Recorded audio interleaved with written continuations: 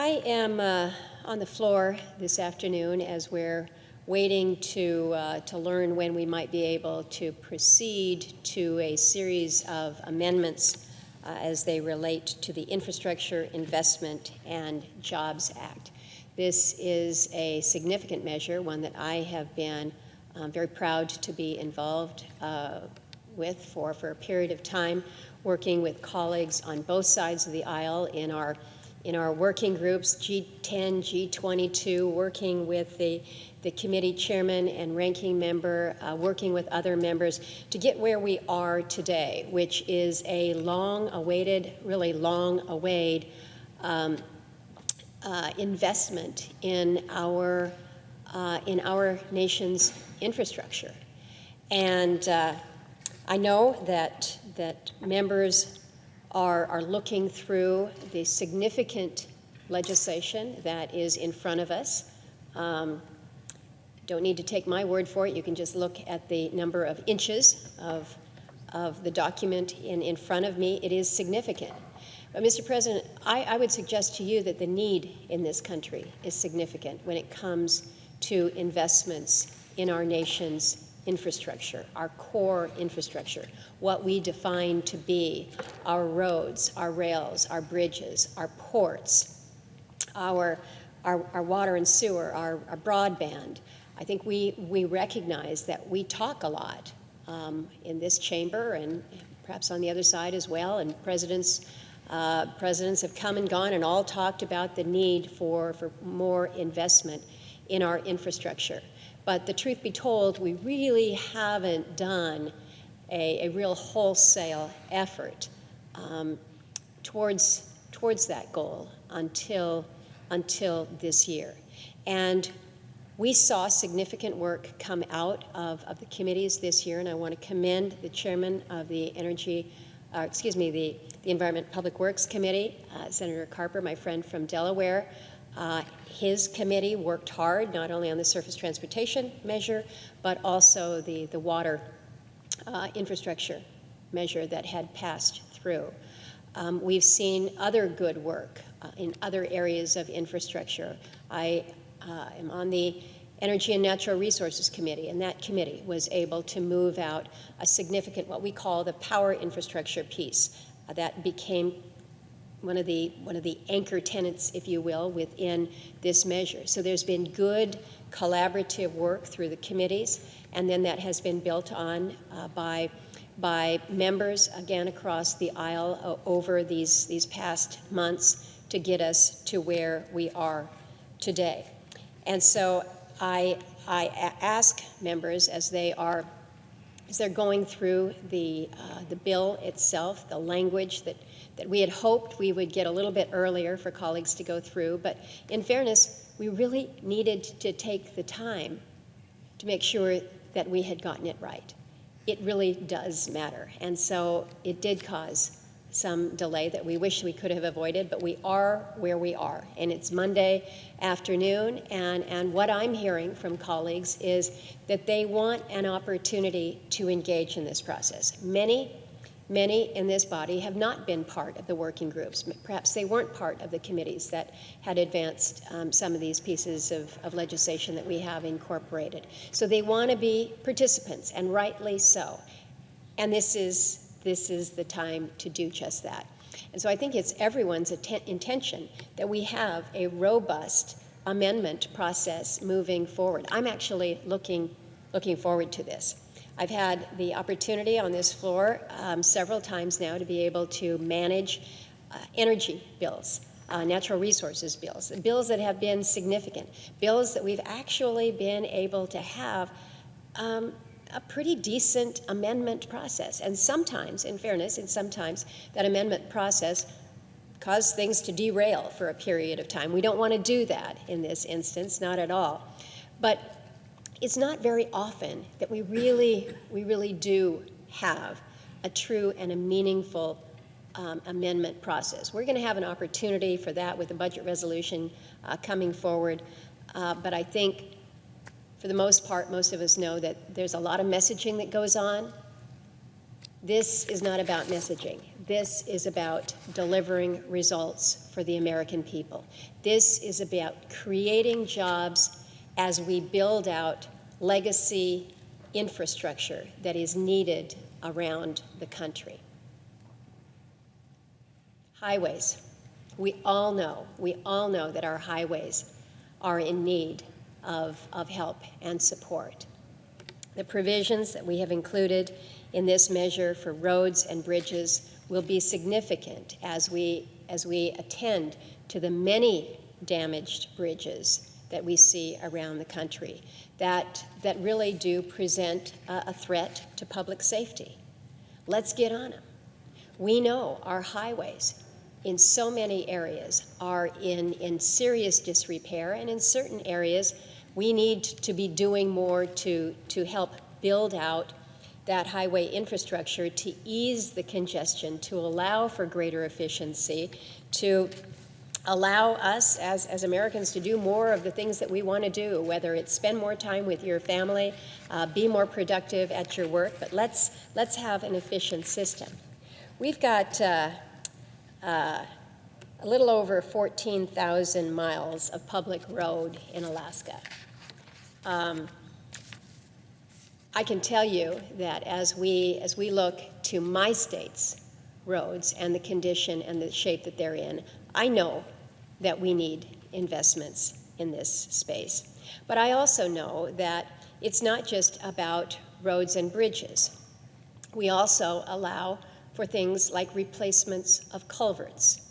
For the community, actually the community that I was born in Ketchikan, just met with the community leaders, and they had shared with me some of these culvert replacement projects are as key and critical to them as anything else that they've got going on. And so recognizing that what we're doing is allowing for greater safety, greater access through our support for highways, for bridges, for things like culverts, for pedestrian safety initiatives. I think we all want to do more in that area.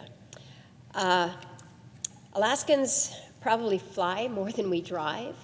Our reality is some 80% of our communities are not connected by road, and the geography, the expanse that we deal with is we're just not going to be connected that way. But we don't need to be connected that way when we can be connected by the air and when we can be connected over the water. And so this legislation is again, very important to those who fly. And when I talk about flying, sometimes these are small bush carriers moving mail and groceries and people to medical appointments. But the fact that we've got $15 billion in formula funding for the FAA Airport Improvement Program, this is going to be key. This helps with everything from runway lighting to navigation, taxiway initiatives. These are ways that the 400 public airports in Alaska are going to be able to move out on a more efficient basis, if you will, some of the necessary safety upgrades that they have in front of them. And again, for us, it's not just about the land-based airports. We also have the sea-based areas that we worry about. We've got some 114 sea-based airports that we refer to. So recognizing that not every airport is like a Dulles or a DCA here. What we are able to do for our small hub airports, our non-hub airports, our non-primary airports, all communities of all sizes, because again, whether you're in Bethel or Utqiagvik or wherever you may be throughout the state, all sizes are not the same here. So making sure that we're able to accommodate that is going to be important. I've mentioned that we're also connected, land, air, but also by sea. And for those of us that are coastal states, Senator from Delaware has a coastline, has ferries. People move around by ferries. We rely on our Alaska Marine Highway system. There's some 35 different communities That really, that is their connector. That's how the kids move the high school basketball team. That's how the church groups move. That's how you pick up the groceries at Costco in Juneau and you put them on the ferry to go over to Angoon. It's how people shop. It's their road. It's an Alaska Marine Highway system. And so recognizing the support that we can provide for our ferry systems, whether it's in Alaska or Delaware or places in between, is again an important opportunity for us. We recognize that as we provide support for those technologies that will allow us to move people more efficiently and more cleanly, there's a lot of emphasis from this administration, particularly with focus on EVs. Well, in this measure, we not only have provisions as they relate to clean school buses, but also to alternative fuel ferries, recognizing that we have some opportunities, whether it's an EV ferry that might run from Haines to Skagway or an alternative fuel. We want to be thinking forward into the future. One of the pieces of this measure, this very significant infrastructure bill that a lot of work has gone into, is the water and wastewater title. This is significant. This is significant. We saw not too many years ago, the situation in Flint, Michigan with lead pipes. We've been working to address many of those issues for a period of time, and rightly so. We provide significant funding, more than $180 million over 5 years for the water and wastewater projects in Alaska through the Clean Water State Revolving Fund and the Drinking Water State Revolving Fund program. These are significant for us.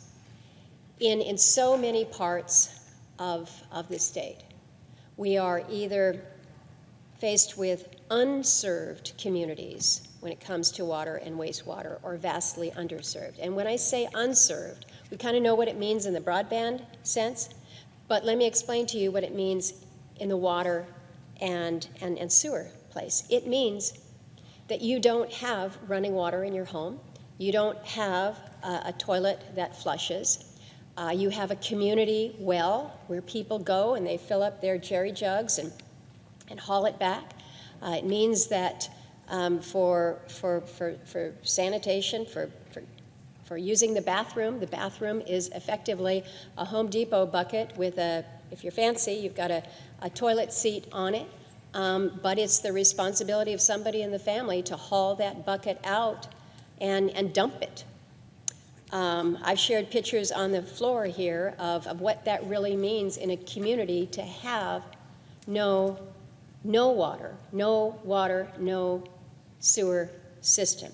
32 out of 190 rural Alaska villages are currently in this situation. I received a voicemail over the weekend from one of Alaska's mayors from a smaller community, on the road system though, and she shared with me, and I owe her a call back, but she shared with me, she says, you know, there's so many people in my community that don't have running water. And again, this is a community that's on the road system between Anchorage and Fairbanks. And so how we can help address what most would say is pretty basic infrastructure, is pretty basic healthcare needs when it comes to water and sanitation. There is significant funding in this measure for Indian Health Services sanitation facilities. I'm the ranking member on the Indian Affairs Committee. I have been on this committee since I came to the Senate 19 years ago. I have seen over the years the efforts that we have made to try to address the water and sanitation needs in Indian country, in Alaska with our native villages. Our reality that we face is we are we are still in an extreme deficit when it comes to our tribal communities. The reality is that we have left them behind when it comes to something like modern day water and wastewater systems. And so the unprecedented investment in sanitation infrastructure is one that I think is significant and incredibly important, because we're seeking to clear all the known project needs. Now, people will say that's aggressive, but let me tell you, Mr. President, when you go to some of these communities and you hear the concerns from the people in the village about how they are supposed to keep their family from contracting this virus, when the first simple step is to wash your hands, and they say, water is pretty precious around here because we don't have a sink to wash our hands in. And so the effort here to catch up, and I don't even like to use those words in that sense. We've got to do right by our Native people, and the effort here, I think, is key and critically important. Another area that I'm pleased that working with the Committee of Jurisdiction, led by Senator Carper, that there has been a focus, and this is something that Ranking Member Capito has been keenly focused on as well, and this is the PFAS contamination through our clean water and our drinking water programs. I also recognize that there is a focus on small and disadvantaged communities. I've got one small community down in southeast Alaska, Gustavus. It is the community that is right next to Glacier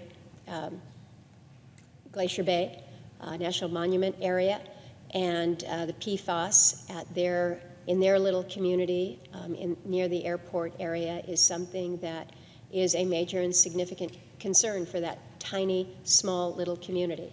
So making sure that, again, these programs, the funding that we are helping to advance is good, whether you are an urban area with 100-year-old pipes that need replacement, or you are a community that has lacked the original infrastructure in the first place. How we're able to ensure that the needs of our small communities are met as well is significant, and I think it's an important part of this legislation.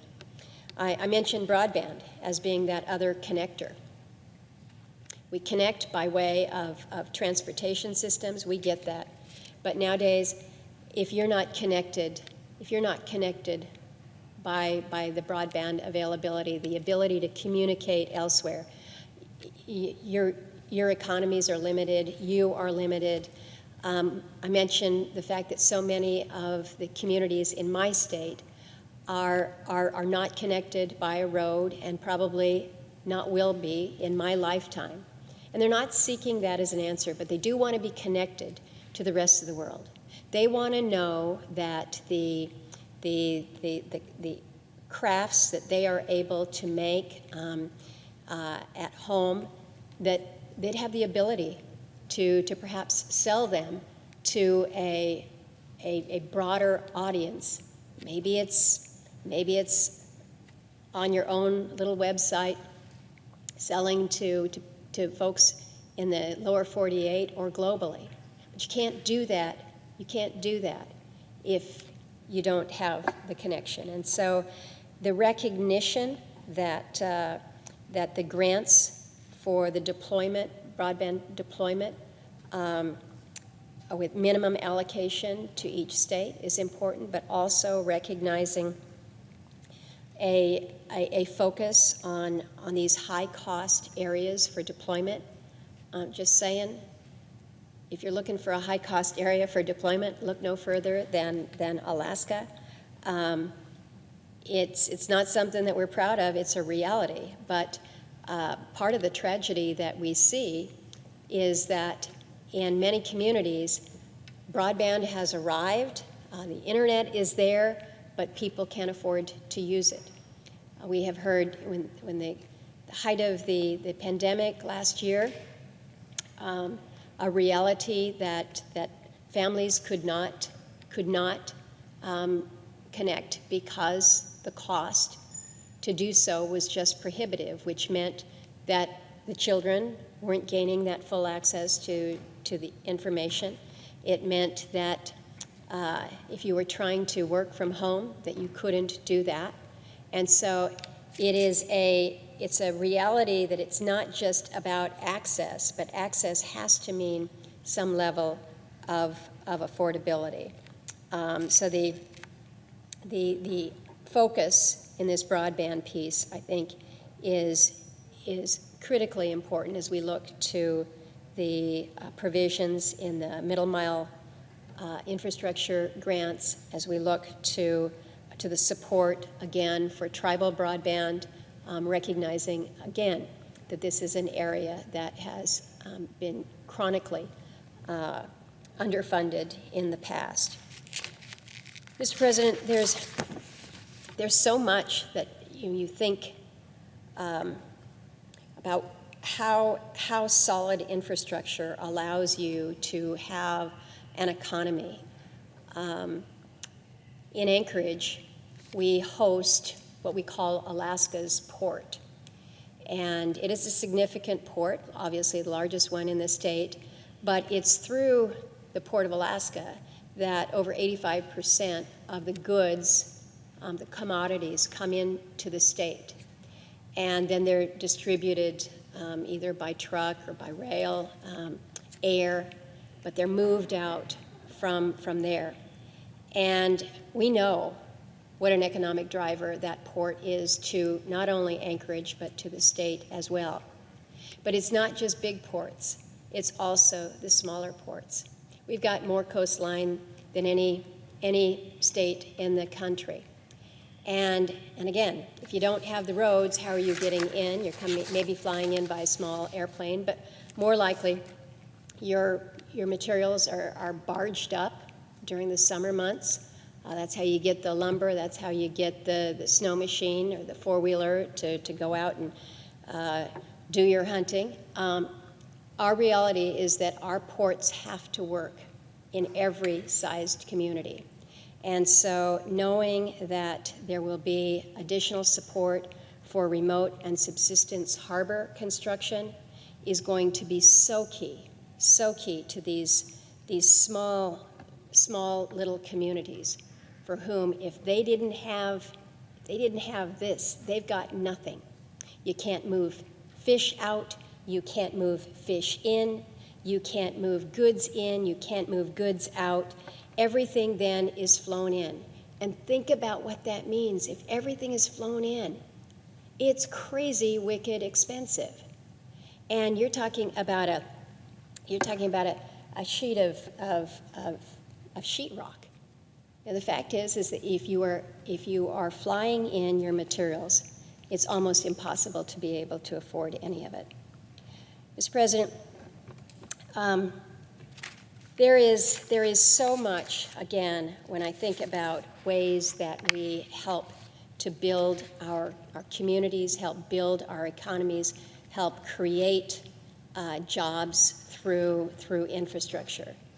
And I spent a lot of time focused on energy initiatives, and I'm pleased with the work that came out of the Energy Committee that's focused in these various areas that drive the level of innovation that we will need as we're working to be more efficient, to have cleaner energy sources, and to really be more competitive.